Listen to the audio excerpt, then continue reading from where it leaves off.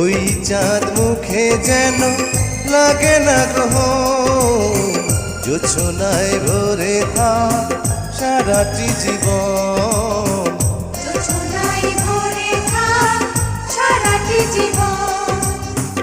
ওই চাঁদ মুখে যেন লাগে না গ্রহ, জোছনায় ভরে থাক সারাটি জীবন।